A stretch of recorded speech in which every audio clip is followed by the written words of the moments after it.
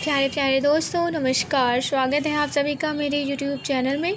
और आज हम लोग बिहार इकोनॉमी सर्वे यानी कि बिहार के आर्थिक सर्वेक्षण के बारे को पढ़ रहे हैं। और ये हमारा फर्स्ट टॉपिक है विद्युत क्षेत्र में हाल में हुए विकास, यानी कि बिहार में विद्युत क्षेत्र में हाल में हुए विकास को देखेंगे। Bihar smart prepaid metering. नवंबर 2000 में आपने अपने आरंभ से ही उत्तर बिहार विद्युत वितरण कंपनी और दक्षिण बिहार विद्युत वितरण कंपनी दोनों ने बिहार में सभी जगह विद्युतीकरण का लक्ष्य हासिल करने के लिए लंबा रास्ता तय किया है और सभी इच्छुक परिवारों को बिजली के कनेक्शन देने में सफलता पाई है। हालांकि दोनों वितरण कंपनियों के मिश्रित उपभोक्ताओं और बिक्री की स्थिति देश की अधिकांश अन्य वितरण कंपनियों से भिन्न है। बिहार के 1.59 करोड़ उपभोक्ताओं में से 92% घरेलू उपभोक्ता हैं, जिसके कारण समय पर बिल बनाना और भुगतान होना खासकर ग्रामीण क्षेत्रों में लगातार चुनौती बना रहता है। पिछले कुछ वर्षों में दोनों वितरण कंपनियों ने स्पॉट बिलिंग को सफलतापूर्वक अंजाम दिया है। हालांकि गुणवत्तापूर्ण मीटर रीडिंग की उपलब्धता और निर्भरता स्पॉट बिलिंग की सफलता के लिए लगातार चुनौती रही है। इसके साथ साथ अच्छे खासे अनुपात में गलत बिलिंग, उपभोक्ताओं द्वारा भुगतान नहीं करना, उपभोक्ताओं का लोड दर्ज नहीं करना और चोरी आदि की भी समस्या है। इसकी परिणति उच्च सकल तकनीकी एवं व्यावसायिक ह्रास में होती है। इन समस्याओं के समाधान के लिए राज्य सरकार ने स्मार्ट मीटर लगाने की दिशा में बढ़ने का निर्णय लिया है। इस पहल के तहत उपभोक्ताओं के चुनिंदा परिसरों में सामान्य प्रीपेड मीटर लगाए गए हैं। बिलिंग और संग्रहण के संदर्भ में इस पहल के अच्छे परिणाम सामने आ रहे हैं। हालांकि लेखाकरण और टैरिफ में बदलाव के क्रियान्वयन से जुड़ी कुछ सीमाएं और चुनौतियां भी मौजूद हैं। स्मार्ट मीटर शुरू करने के पहले सामान्य प्रीपेड मीटर और स्मार्ट मीटर के फायदों पर सर्वोच्च स्तर पर चर्चा की गई है। राज्य में चरणबद्ध ढंग से प्रीपेड कार्यक्षमता से युक्त स्मार्ट मीटर लगाने का निर्णय लिया गया है। राज्य सरकार मार्च 2019 में सभी उपभोक्ताओं के लिए प्रीपेड कार्यक्षमता युक्त स्मार्ट मीटर लगाने के लिए आवश्यक स्वीकृति पहले दे चुकी है। उसके बाद से प्रीपेड कार्यक्षमता युक्त स्मार्ट मीटर लगाने का काम राज्य में चल रहा है। अगस्त 2018 में शहरी उपभोक्ताओं के लिए 18 लाख मीटर लगाने के वास्ते AASL के साथ एक समझौता पत्र हस्ताक्षरित किया गया था, जिसे संशोधित करके 23.5 लाख कर दिया गया, ताकि 5.5 लाख वर्तमान और भावी कृषक उपभोक्ताओं के लिए भी मीटर लगाए जा सके। आरंभ में प्रीपेड कार्यक्षमता युक्त स्मार्ट मीटरों के विकास में चुनौतियां आई थी, लिहाजा ESL ने EDF को सिस्टम इंटीग्रेटर के बतौर नियुक्त किया और EDF ने एक्सचेंजर को सॉफ्टवेयर डेवलपर के रूप में जोड़ा। इसके बाद सभी हितधारकों ने समस्याओं को सफलतापूर्वक हल किया। दैनिक खपत की गणना करके कंप्यूटर ऐप पर अपडेट किया जाता है और संबंधित रकम को प्रीपेड बैलेंस में से काट लिया जाता है। यह जानकारी उपभोक्ताओं को दिखाने के लिए नियमित रूप से उपलब्ध है। स्मार्ट मीटर के सारे काम अच्छी तरह चल रहे हैं। भागलपुर, गया, अरेराज, देघड़ा और दलसिंहसराय शहरों में स्मार्ट मीटर लगाने के लिए सूची बनाने का काम शुरू कर दिया गया है। साथ ही हर घर नल का जल योजना से जुड़े नए सेवा कनेक्शनों के तहत भी स्मार्ट मीटर लगाए जा रहे हैं। सितंबर 2020 तक शहरी क्षेत्रों में 73,209 प्रीपेड स्मार्ट मीटर लगाए जा चुके हैं। SMS के जरिए मिस्ड कॉल करने पर बिल अब उपभोक्ता द्वारा 7666008833 नंबर पर मिस कॉल करके बिजली कनेक्शन के मामले में वर्तमान में देय रकम और देने की तिथि के बारे में SMS से जानकारी प्राप्त की जा सकती है। साथ ही सिस्टम में सबसे हाल की बिजली बिल डाउनलोड करने के लिए URL भी उपलब्ध करा दिया गया है। इस सेवा से उपभोक्ताओं को बिजली कार्यालय जाने की ज़रूरत घटेगी। मिस्ड कॉल के जरिए मोबाइल नंबर का निबंधन अब उपभोक्ता द्वारा 766600833 नंबर पर मिस कॉल करके अपने सबसे हाल के मोबाइल नंबर को निबंधित अपडेट किया जा सकता है। उपभोक्ता के मोबाइल नंबर पर OTP एक बार उपयोग वाला पासवर्ड भेजा जाता है, जिससे उपभोक्ता के अकाउंट में नया नंबर निबंधित करने के लिए लिंक खोलने के बाद नए मोबाइल नंबर के निबंधन के लिए उपभोक्ता को अपना उपभोक्ता अकाउंट नंबर और OTP डालना होता है। स्पॉट बिलिंग और राजस्व संग्रहण अभिकरणों की संलग्नता। जिन क्षेत्रों में ग्रामीण राजस्व फ्रेंचाइजी मॉडल सफल नहीं था, वहां संग्रहण अभिकर्ताओं के बीच प्रतिस्पर्धा पैदा करने और घर पर बिलिंग और संग्रहण सेवा सुनिश्चित करने के लिए वितरण कंपनियों ने स्पॉट बिलिंग और राजस्व संग्रहण अभिकरणों को काम में लगाया है। विशेष कार्यबल। वितरण कंपनियों ने विशेष कार्यबल की दक्षता में सुधार के लिए उसके उड़नदस्तों के द्वारा किए जाने वाले विभिन्न धावों के अनुश्रवण के लिए एक सॉफ्टवेयर एप्लीकेशन विकसित किया है। इस सुविधा से वितरण कंपनियां विशेष कार्यबल के स्टाफ द्वारा किए जाने वाले घावों से संबंधित विभिन्न सूचनाओं के विश्लेषण में सक्षम हो गई है। सुविधा मोबाइल ऐप। वितरण कंपनियों ने उपभोक्ताओं की विभिन्न सेवाओं को सुगम बनाने के लिए सुविधा नामक एक ऐप विकसित किया है। इस सेवाओं में नया सेवा कनेक्शन, ऑनलाइन बिल भुगतान, बिजली बिल डाउनलोड करना, भुगतान की लेन देन देखना, शिकायतों का निबंधन, बिजली चोरी संबंधी सूचना देना, लोड बदलवाने संबंधी सेवा, नाम पता की वर्तनी और मोबाइल नंबर में सुधार आदि शामिल है। उपभोक्ता अब सुविधा ऐप के जरिए अपनी सेवा अनुरोधों की स्थिति जांच सकने में सक्षम है। सारे आपूर्तिकर्ता प्रमंडलों में सुविधा काउंटर बनाए गए हैं। ये काउंटर प्रोवाइडर और उपभोक्ताओं के बीच सिंगल विंडो इंटरफेस का काम करेंगे।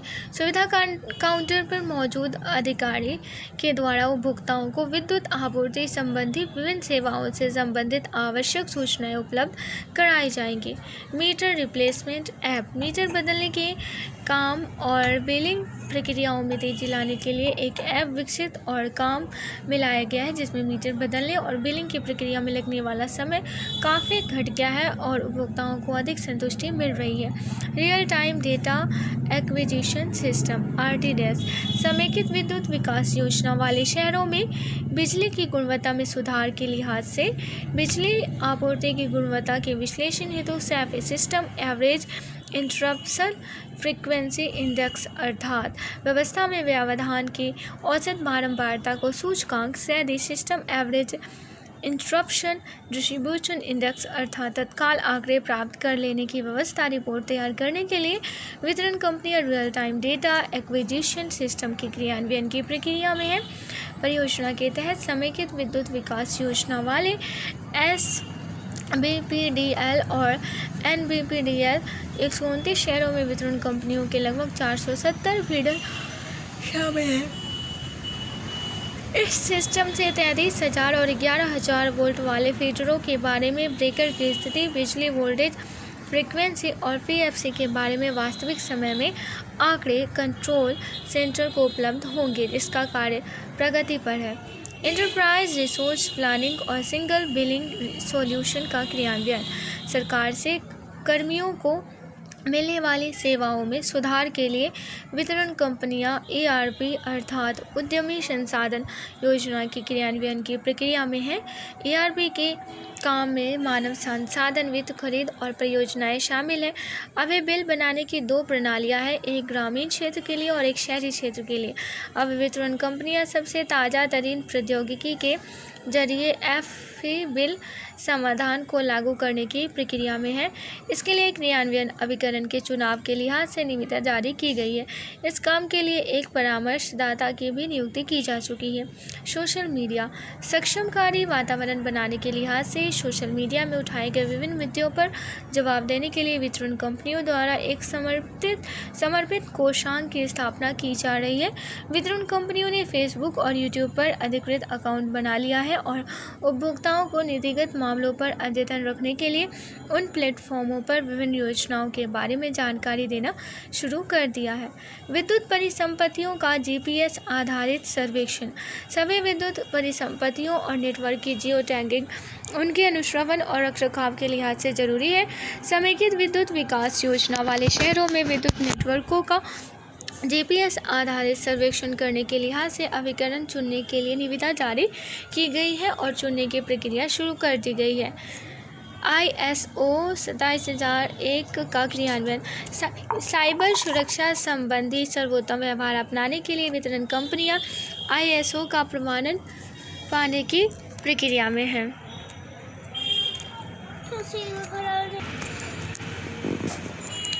बिहार नवीकरणीय ऊर्जा विकास अभिकरण ब्रेडा। जलवायु परिवर्तन की चिंता बढ़ने के चलते स्वच्छ ऊर्जा का उपयोग संभवतः भावी पीढ़ी के लिए पर्यावरण संरक्षण के लिहाज से मानवों के लिए एक सर्वाधिक सक्षम समाधान दिखता है। अतः नवीकरणीय ऊर्जा वाली विद्युत परियोजनाओं के उपयोग को बढ़ावा देने के लिए राज्य सरकार ने बिहार नवीकरणीय ऊर्जा विकास अभिकरण नामक अभिकरण बनाया है। राज्य सरकार ब्रेडा को स्थापना व्यय तथा सब्सिडी पर व्यय के लिए मकसद से धनराशि उपलब्ध कराती है। अभी ब्रेडा द्वारा जल जीवन हरियाली योजना एवं अन्य सौर ऊर्जा परियोजना के तहत ग्रिड संपर्कित रूफटॉप और ऊर्जा संयंत्र लगाने से संबंधित परियोजनाओं का क्रियान्वयन कर रहा है। ब्रेडा की उपलब्धियाँ। मुख्यमंत्री नवीन एवं नवीकरणीय योजना के तहत 1 kWp किलोवाट पीक का of grid solar power plant system लगाना 744 अदद वित्तीय परिव्यय करोड़ रुपए में। गया, नालंदा, भागलपुर और मुजफ्फरपुर जिलों में दीवानी और सत्र न्यायालय भवनों में ई कोर्ट मोड मिशन परियोजना के तहत 40 kWp के 4 solar of grid power plant system लगाना। BSEIDC के 62 स्थानों पर 5 kWp के of grid solar power plant लगाना। वामपंथी अतिवाद प्रभावित पुल स्थानों में 72 स्थानों पर 3.6 kWp के of grid solar power plant लगाना। और कॉरपोरेट सामाजिक पहल के तहत मंगल तालाब पटना में 40 किलोवाट पावर का of grid rooftop solar power plant और 4 सोलर स्ट्रीट लगाना आदि शामिल है, जिससे ऊर्जा दक्षता में बढ़ेगा। बिहार राज्य जल विद्युत निगम लिमिटेड BSHPC। ताप विद्युत के अलावा बिहार में जल संसाधनों से भी जल विद्युत उत्पादन होता है और अभी कई जल विद्युत परियोजनाओं के जरिए इसका दोहन किया जा रहा है। बिहार राज्य जल विद्युत निगम लिमिटेड की स्थापना राज्य में जल विद्युत परियोजनाओं के विस्तार का प्रेक्षण करने के लिए की गई थी। 10वीं योजना के दौरान निगम ने लघु जल विद्युत परियोजनाओं के लिए अपने पूर्ववर्ती अधिदेश के अतिरिक्त बड़ी जल विद्युत परियोजनाओं की संभावनाओं का भी अन्वेषण शुरू किया। राज्य में अभी 13 लघु जल विद्युत परियोजनाएं चालू है, जिनकी कुल स्थापित क्षमता 54.3 मेगावाट है। कोशी जल विद्युत केंद्र बीरपुर में 4.8 से 4.8 मेगावाट की 4 इकाइयों का निर्माण 1970 से 1978 के बीच हुआ था। नवंबर 2003 में यह परियोजना बिहार राज्य जल विद्युत निगम को हस्तांतरित कर दी गई थी। 4 में से 3 इकाइयों के जीर्णोद्धार का काम पूरा हो गया है और बिजली उत्पादन शुरू हो गया है। पूर्वी गंडक नहर जल विद्युत परियोजना।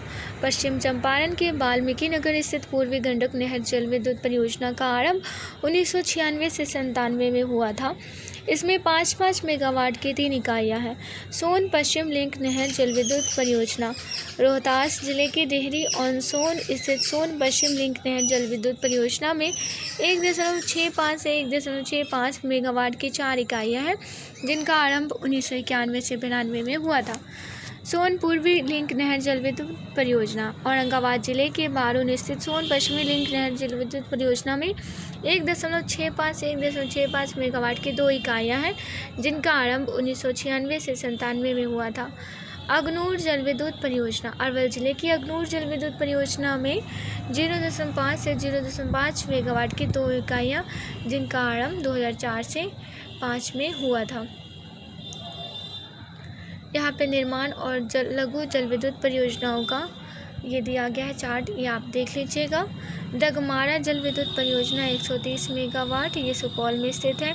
इंद्रपुरी जल विद्युत परियोजना 190 मेगावाट। जल संसाधन विभाग इस परियोजना के लिए जलाशय निर्माण हेतु विस्तृत परियोजनाएं रिपोर्ट तैयार कर रहा है। इसके तैयार होने के बाद लगभग 190 मेगावाट क्षमता वाली जल विद्युत परियोजना का निर्माण होगा। और गंडक, बूढ़ी गंडक और महानंदा नदी बेसिन परियोजनाएं। गंडक, बूढ़ी गंडक और महानंदा नदी बेसिन में जल विद्युत संयंत्र निर्माण की संभावना का मूल्यांकन करने के लिए क्षेत्र का सर्वेक्षण कार्य पूरा कर लिया गया है। संभाव्यता रिपोर्ट के अनुसार परियोजनाओं के स्थानों और क्षमता की पहचान कर ली गई है। स्थानों का ब्यौरा तालिका 7.22 में प्रस्तुत है। यहाँ पे भी परियोजना की शुरुआत की जाएगी। जल विद्युत परियोजनाओं में खाली जमीन पर सौर ऊर्जा संयंत्र। 10 मेगावाट सौर ऊर्जा के उत्पादन के लिए निगम ने विद्युत संयंत्रों के भवनों की छतों, खाली जमीन, पावर चैनलों और टेरेस चैनलों पर सौर संयंत्र स्थापित करने का निर्णय लिया है। कोविड-19 का प्रभाव और ऊर्जा विभाग द्वारा ली गई पहलकदमियाँ।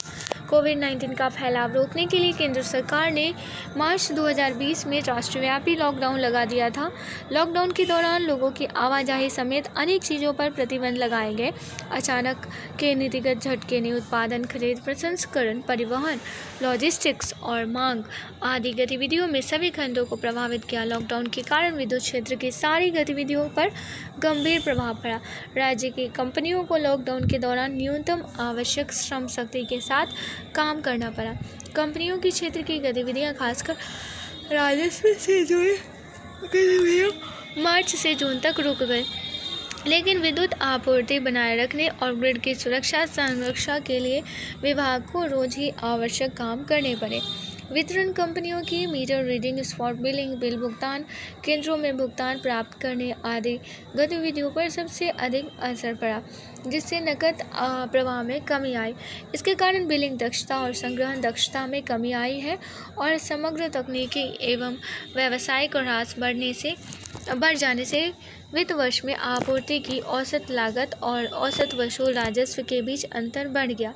इसके अलावा प्रतिदिन राजस्व वसूली में लगभग 60% की भारी कमी आने से उत्पादन और संचरण कंपनियों को अपने मासिक बिलों का भुगतान करने में वितरण कंपनियों को बड़ी चुनौती का सामना करना पड़ा।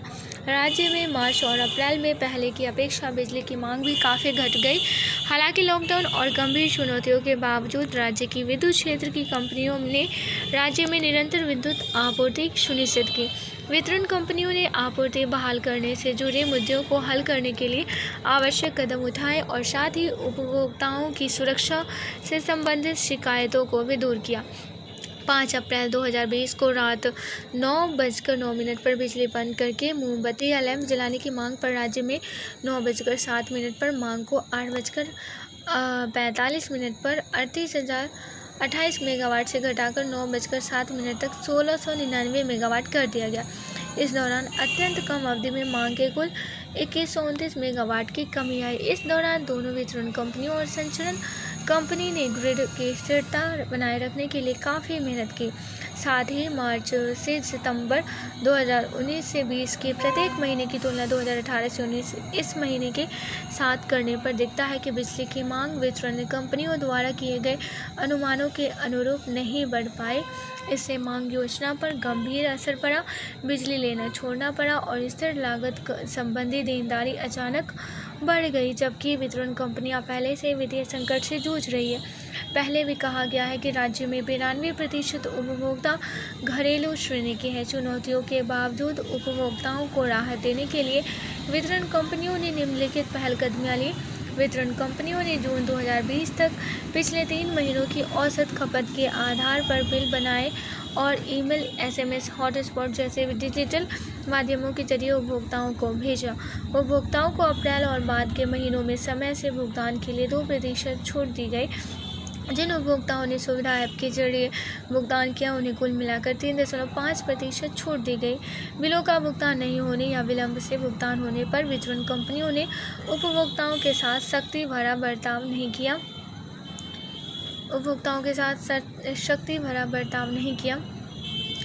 25 मार्च 2020 से 30 जून 2020 तक के लिए उपभोक्ताओं के बिलों पर लगा विलंबित भुगतान अधिभार 1.25% से घटकर 0.75% कर दिया गया।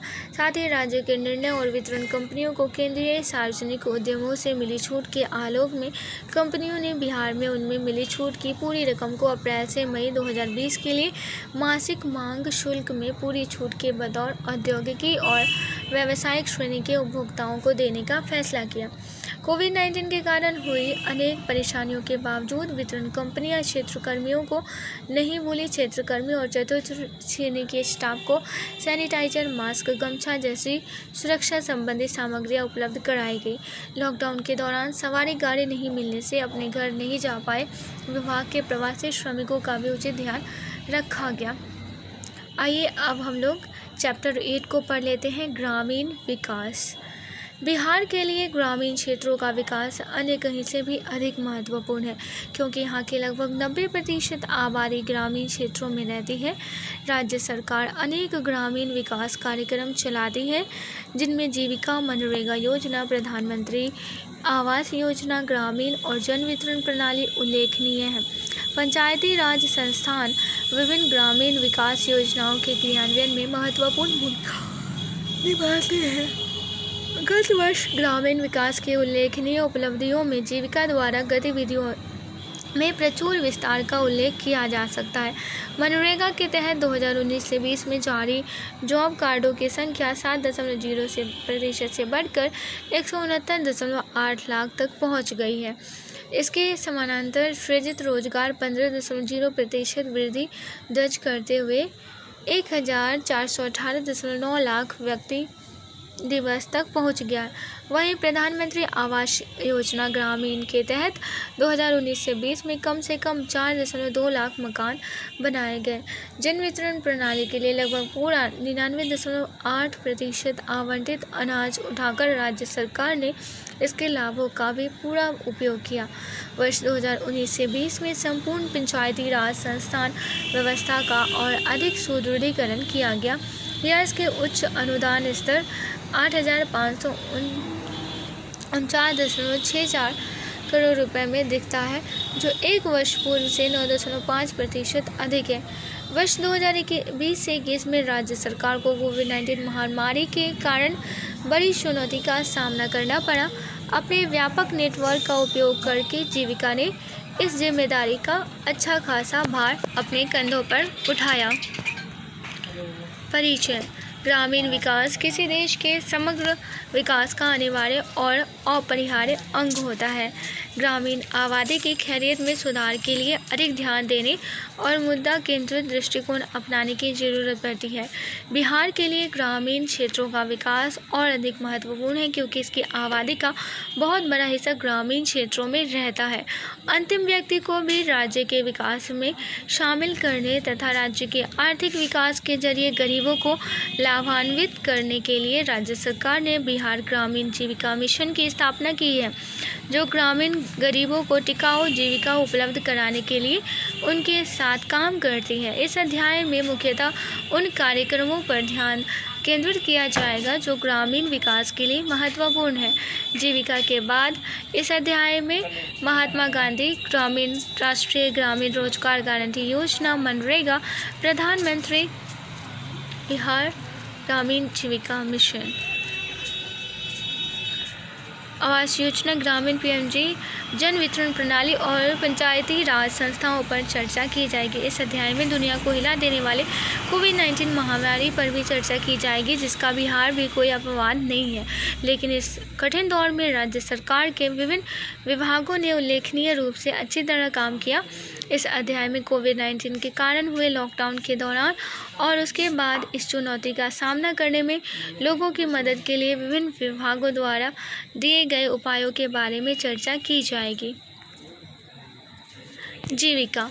बिहार ग्रामीण जीविका प्रोत्साहन सोसाइटी BRLP अर्थात जीविका संस्थान निबंधन अधिनियम 1860 के तहत निबंधित बिहार सरकार की एक संस्था है। संस्था का लक्ष्य महिलाओं के सामुदायिक संस्थानों का विकास करके ग्रामीण गरीबों का सामाजिक और आर्थिक सशक्तिकरण करना है, ताकि सरकारी अभिकरणों और संस्थाओं के जरिए वे बेहतर सेवाएं और ऋण उपलब्ध हासिल करने में सक्षम हो सकें। जीविका नामक इस कार्यक्रम के तहत ग्रामीण समुदाय के लिए सशक्त संस्थाओं के बतौर स्वयं सहायता समूहों तथा ग्राम और संकुल स्तर पर उनके संघों का विकास किया गया है। विगत कुछ वर्षों में ये समुदाय आधारित संस्थाएं केंद्र और राज्य सरकारों द्वारा संचालित विभिन्न योजनाओं के क्रियान्वयन के प्रभावी माध्यम के बतौर उभरी है, जिससे ग्रामीण आबादी को तय समय सीमा में और बड़े पैमाने पर प्रत्यक्ष लाभ हो रहा है। अभी स्वयं सहायता समूह संघों को जागरूकता पैदा करने और स्वच्छता कार्यक्रम, लोहिया स्वच्छ बिहार अभियान, स्वास्थ्य एवं पोषण, पारिवारिक आहार, पोषण माह, पर्यावरण, जल जीवन हरियाली, सामाजिक मुद्दों, नशबंदी, दहेज उन्मूलन और बाल विवाह तथा सतत जीविकोपार्जन योजना के तहत अति गरीबों की जीविका को बढ़ावा देने के लिए विभिन्न मंचों पर पहचान मिली है। 10 लाख स्वयं सहायता समूहों का लक्ष्य हासिल करना परियोजना का महत्वपूर्ण एजेंडा है। अपनी जमीनी रणनीति और सतत प्रयासों के जरिए परियोजना को सितंबर 2020 तक 10,16,863 स्वयं सहायता समूहों के गठन में सफलता मिली है। परियोजना द्वारा स्वयं सहायता समूहों के उच्च स्तरीय संघों के गठन पर भी ध्यान केंद्रित किया गया है और इसे सितंबर 2020 तक 61,606 ग्राम संगठनों तथा 1,048 संकुल स्तरीय संघों के गठन में सफलता मिली है। गठित स्वयं सहायता समूहों की संख्या यहाँ पे दिया गया है 2019 से 20 में और पिछले वर्ष से तुलना की गई है। स्वयं सहायता समूह का बैंक के साथ संपर्क स्वयं सहायता समूह द्वारा बचत खाता खोलने से शुरू होता है। सितंबर 2020 तक 8,68,070 बचत खाते खोले जा चुके हैं। जीविका स्वयं सहायता समूहों को अपनी वित्तीय जरूरतें पूरी करने तथा अपने कॉर्पस कोष के निर्माण के लिए आरंभिक पूंजीकरण कोष और चक्रानुसारी कोष उपलब्ध कराकर आरंभिक सहयोग प्रदान करती है। साथ ही परियोजना द्वारा विभिन्न बैंकों से इन स्वयं सहायता समूहों के पूंजीकरण पर भी ध्यान केंद्रित किया जाता है। सितंबर 2020 तक स्वयं सहायता समूहों का बैंकों के साथ कुल 10,97,627 ऋण संपर्क कराया जा सकता है और ऋण संपर्क की कुल रकम 13,141 करोड़ रुपये थी। बिहार के ग्रामीण क्षेत्रों में वित्तीय लेन देन के मकसद से जीविका ने प्रमुख बैंकों के व्यावसायिक संवाददाताओं के साथ समझौता किया है और बैंकों शाखियों द्वारा जो मूलतः स्वयं सहायता समूह सदस्य होती है संचालित ग्राहक सेवा केंद्रों को खोलने में सहयोग किया है। ये ग्राहक सेवा केंद्र बैंकों और बैंकिंग सेवाओं तक पहुंच में सुधार के लिए ग्रामीण क्षेत्रों में खोले जाते हैं। पूरे बिहार में अभी तक 1270 ग्राहक सेवा केंद्र खोले गए हैं, जो बचत आवधिक आवर्ती खाते खोलने के जरिए वित्तीय सेवाएं उपलब्ध कराते हैं। सितंबर 2020 तक इन ग्राहक सेवा केंद्रों के जरिए कुल मिलाकर 2,745 करोड़ रुपए की लेन देन की गई। बैंक शाखियों ने 7.71 करोड़ रुपए कमीशन के बतौर अर्जित किए। जीविका किसी स्वयं सहायता समूह सदस्य की आकस्मिक मृत्यु के कारण परिवार के सामने उत्पन्न संकट में कमी लाने के लिए प्रधानमंत्री जीवन ज्योति बीमा योजना और प्रधानमंत्री जीवन सुरक्षा बीमा योजना के अंतर्गत बीमा आच्छादन भी उपलब्ध करा रहे हैं। वर्ष 2018 से 19 की तुलना में 2019 से 20 में स्वयं सहायता समूह सदस्यों का बीमा आच्छादन 62% बढ़ा। वर्ष 2019 से 20 के अंत तक कुल 21.37 लाख सदस्यों का बीमा योजनाओं के तहत आच्छादन हुआ।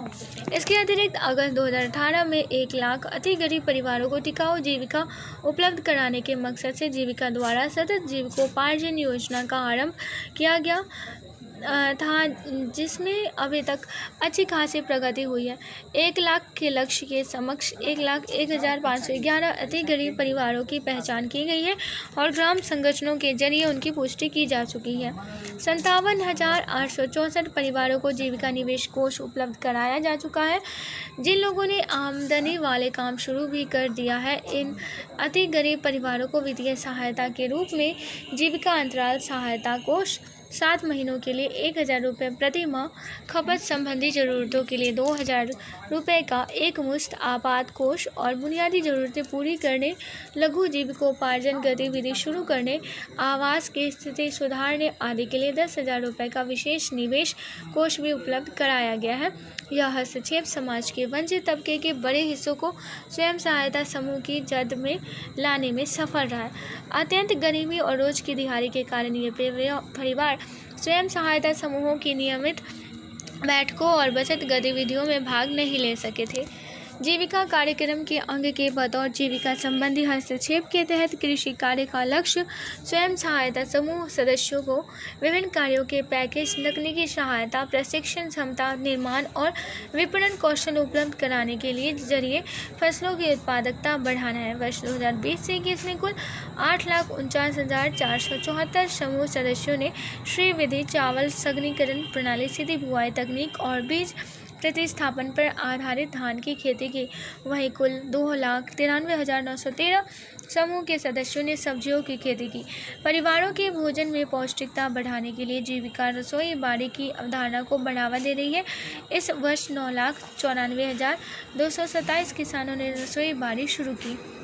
स्वयं सहायता समूहों द्वारा जीविका से संबंधित गतिविधियों का परिणाम यहाँ पे धान की खेती करने वाले, गेहूं की खेती करने वाले किसानों को बहुत ही फायदा होता है। जीविका के माध्यम से कृषि क्षेत्र में यंत्रीकरण को बढ़ावा देने और महिला किसानों की मेहनत में कमी लाने के लिए जीविका ने कृषि विभाग के सहयोग 106 समुदाय प्रबंधित कस्टम हायरिंग केंद्रों की स्थापना की है। ये केंद्र कृषि उपकरणों से सुसज्जित होते हैं, जिन्हें किफ़ायती किराए पर समूह सदस्यों को दिया जाता है। पशुधन संबंधी हस्तक्षेप के तहत पशु एवं मत्स्य संसाधन विभाग के साथ मिलकर जीविका ने 2019 से 20 में 16,152 समूह सदस्यों के बीच ब्लैक बंगाल नस्ल की कुल 48,456 बकरियों का वितरण किया है। इसके अलावा जीविका ने पशु सखी मॉडल को लागू किया है और बकरी पालकों को आहार प्रबंधन, आश्रय और पशु चिकित्सा सेवाओं पर सेवाएं उपलब्ध कराई है। जीविका ने समूह सदस्यों को बाजार से अच्छी गुणवत्ता वाले बकरे खरीदने में भी सहायता दी है। पोल्ट्री संबंधी हस्तक्षेप के तहत 1,010 समूह सदस्यों के बीच कुल 20,580 चूजों का भी वितरण किया है। तो आज के लिए बस इतना ही। आशा करती हूँ ये टॉपिक आप लोगों को पसंद आया होगा। आप इसका पूरा पार्ट देखिएगा। ये लेक्चर सुनने के लिए आप सभी का बहुत बहुत धन्यवाद।